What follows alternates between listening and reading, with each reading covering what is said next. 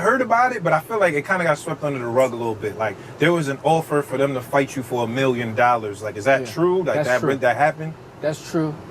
And the next fight, they ended up, not doing that in a sense where it didn't make sense. So, they sitting and watching me, while I contend for my world title. So, if he end up getting a title in the future, then maybe we could talk again. Yeah, all right. So somehow I missed this in the promotion of Canelo versus Crawford. So Turki Al-Sheikhy's talking in this interview, in a Ring magazine interview, about how he wants this Netflix Crawford Canelo whole undercard to be arranged. And he comes out with the idea of being a 3-day event. Not only that, 20 plus fights on the undercard.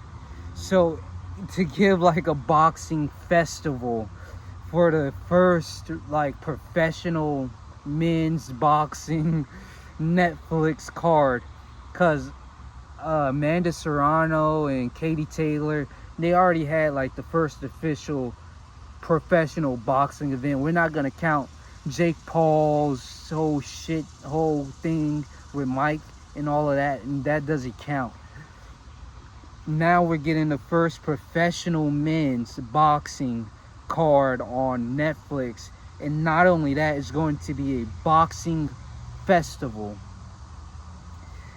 This is actually going to be epic.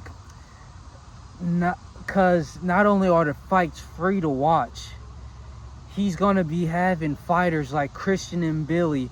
And then he said like a Lester Hernandez. And then we're going to have a large truck go by. We're just going to have big names. It's not all going to be no names. Obviously, there's going to be boxers they're trying to build up. Like in New York, they had a spar event to pick out boxers to go on this festival card. And all of this is exciting, because when have we ever really had something like this in boxing? They're talking about a card in Alcatraz. They're talking about a card they did a card in the middle of New York Times Square.